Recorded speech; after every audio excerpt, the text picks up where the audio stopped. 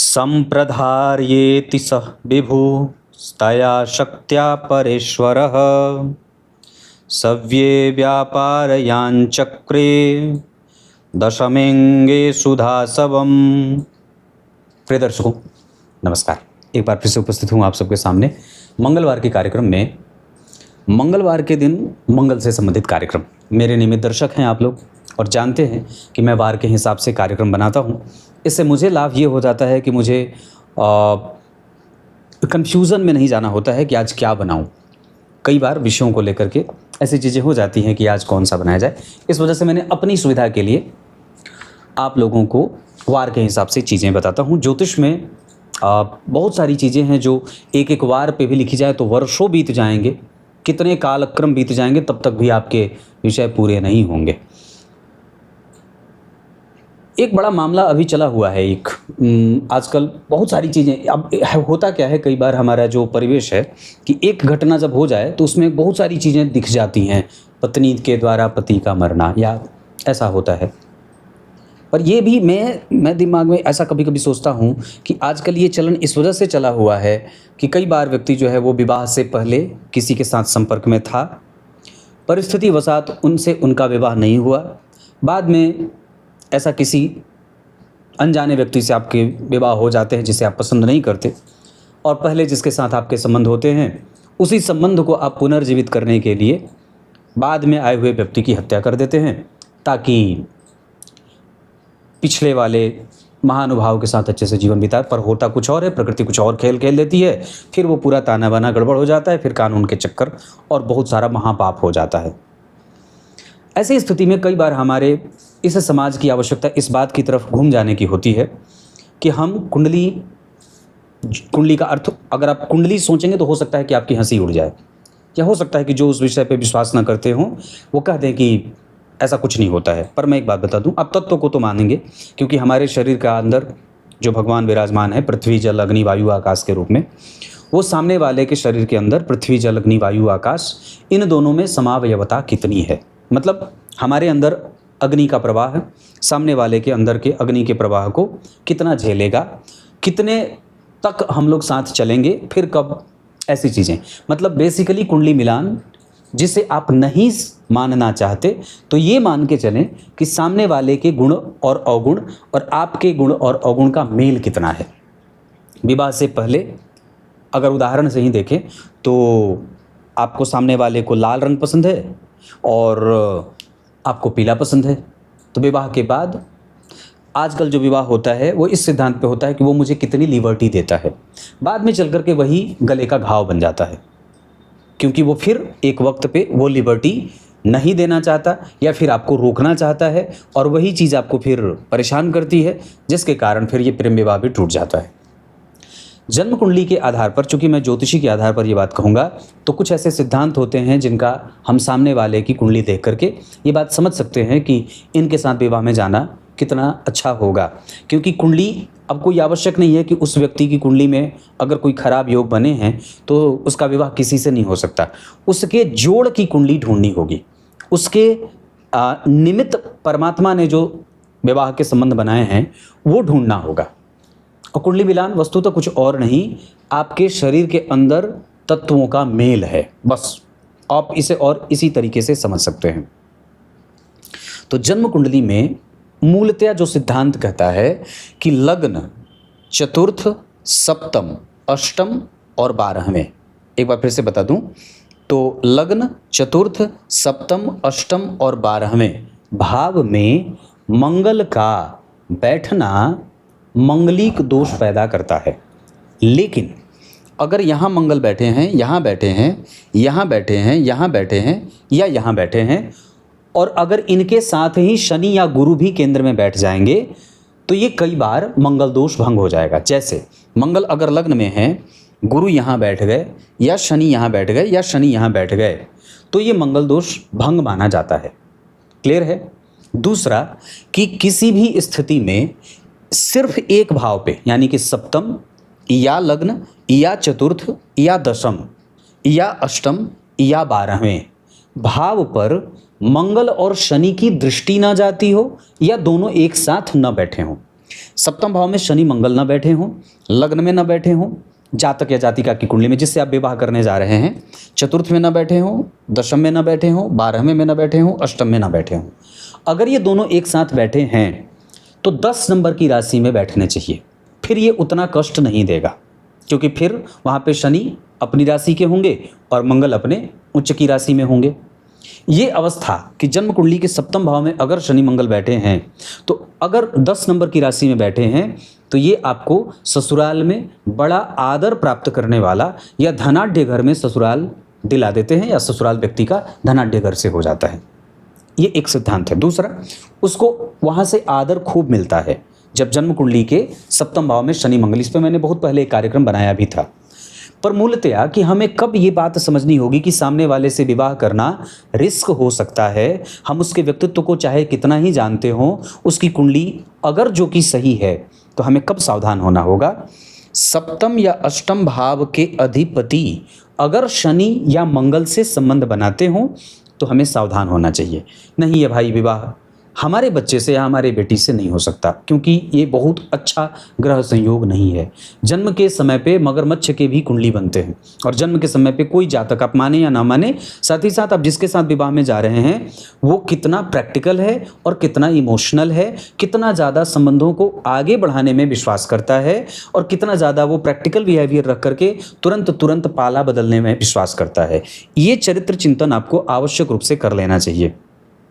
जिस व्यक्ति से आप विवाह करने जा रहे हैं वो हो सकता है कि दोहरी राजनीति करके या दोहरे चाल चल करके आपसे वो विश्वास आपका जीत रहा हो, पर सामान्यतया उसकी कुंडली देखने से जो वो झूठ बोल रहा होगा उसकी भी सच्चाई सामने आ जाती है, अगर योग्य ज्योतिषी है तो।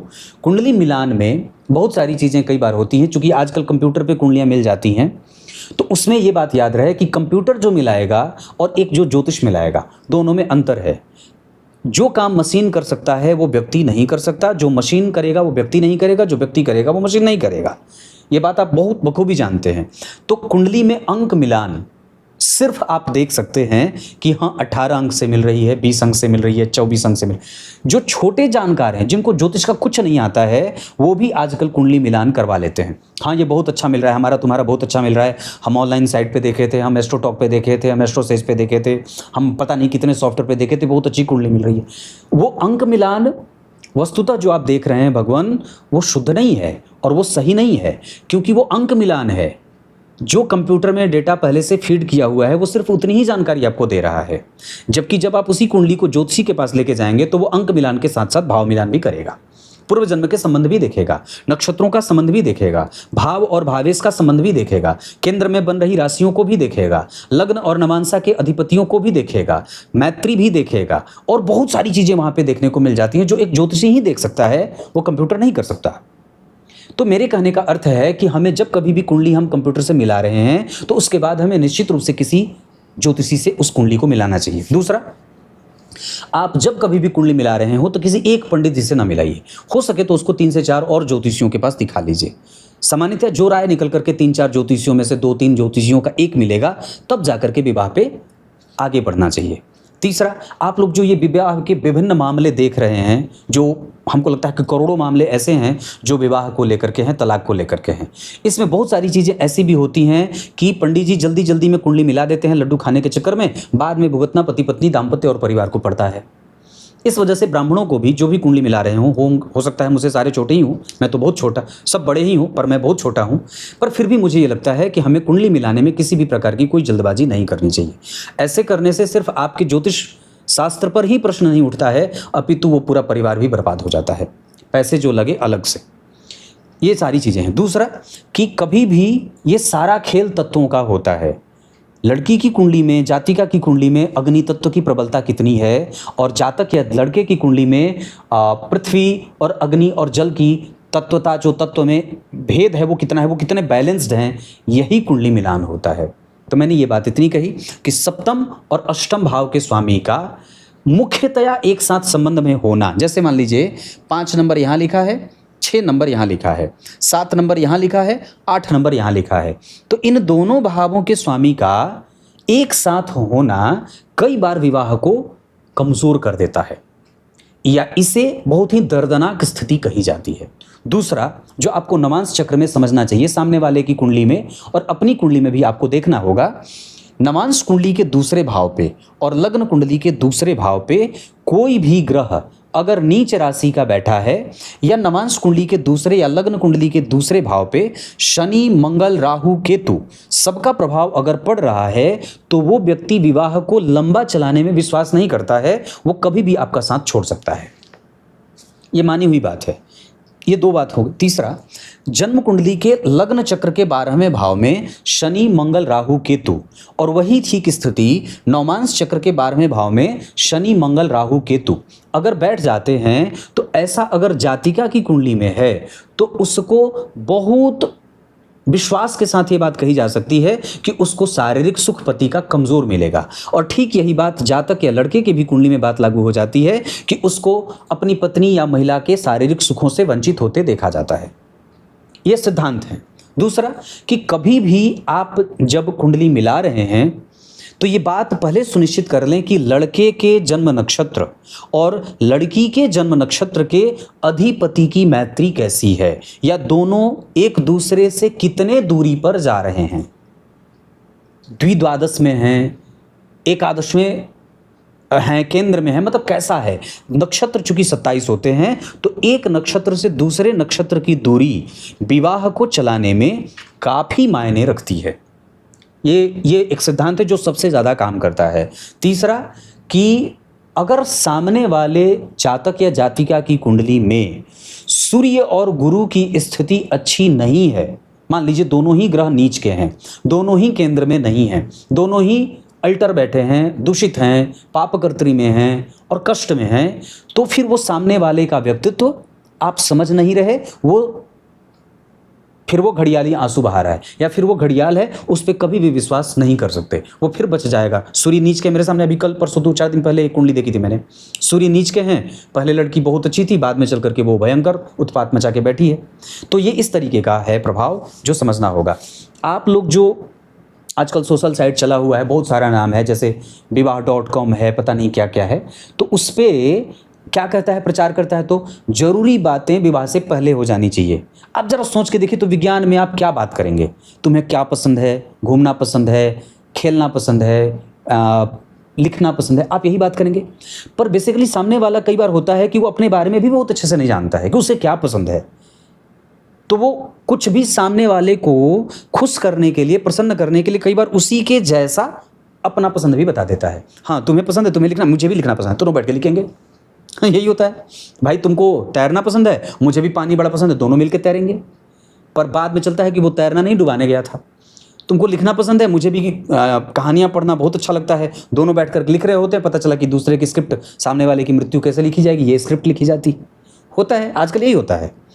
तो पूर्व में ये बात बहुत आवश्यक होगा कि सामने वाला जो आपको पसंद बता रहा है वो क्या पसंद करता है और एक्चुअल में उसकी पसंद क्या है, ये कोई आपको नहीं बता सकता है सिवाय उसकी कुंडली के बैठे ग्रह।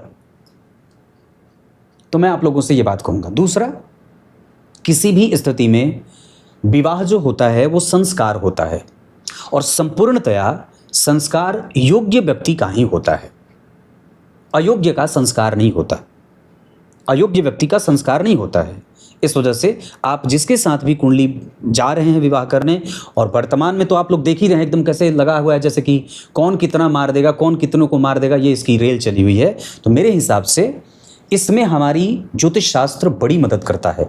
आपको सलाह लेने में क्या जाता है, ले सकते हैं। हो सकता है कि ज्योतिषी की फी हो ज़्यादा या कम हो, पर वो आपकी कितनी सुरक्षा कर रहा है और आपको एक अच्छा मत ही दे सकता है। कोई भी ये तो नहीं कहेगा कि नहीं, आप नज़रअंदाज तो नहीं करेगा, जो सिद्धांत होगा वो तो ज्योतिष आपको बताएगा ही।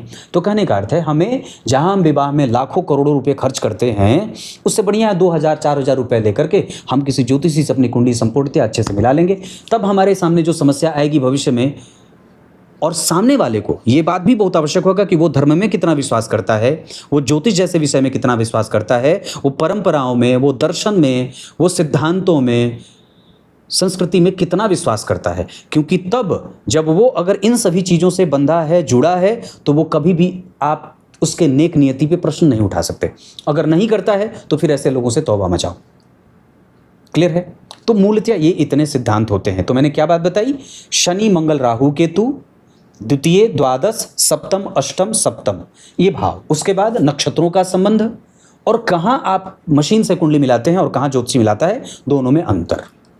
क्लियर है। ये कुंडली कोई विशेष कार्यक्रम तो नहीं था, पर सामान्यतः मुझे किसी ने कहा था कि पंडित जी आप एक कार्यक्रम इस विषय पे बना दीजिए, तो ये बात है। बाकी कुंडली मिलान अत्यंत आवश्यक है, खास करके अभी के परिप्रेक्ष्य में। आइए कार्यक्रम के आरंभ में जो मैंने श्लोक पढ़ा था उसका अर्थ बता दूं। शिव और शिवा भगवान भोलेनाथ अपनी देवी मैया के साथ एक ऐसे क्षेत्र की कल्पना करते हैं, और भगवान ने लिखा है यहाँ कि उसी समय भगवान ने अपने वाम भाग के 10वें अंग पर अमृत का सिंचन किया और एक सुंदर पुरुष का निर्माण हो जाता है। अब वहीं से जो है वो सृष्टि के आरंभ की बात शुरू होगी। तब तक के लिए बहुत बहुत नमस्कार।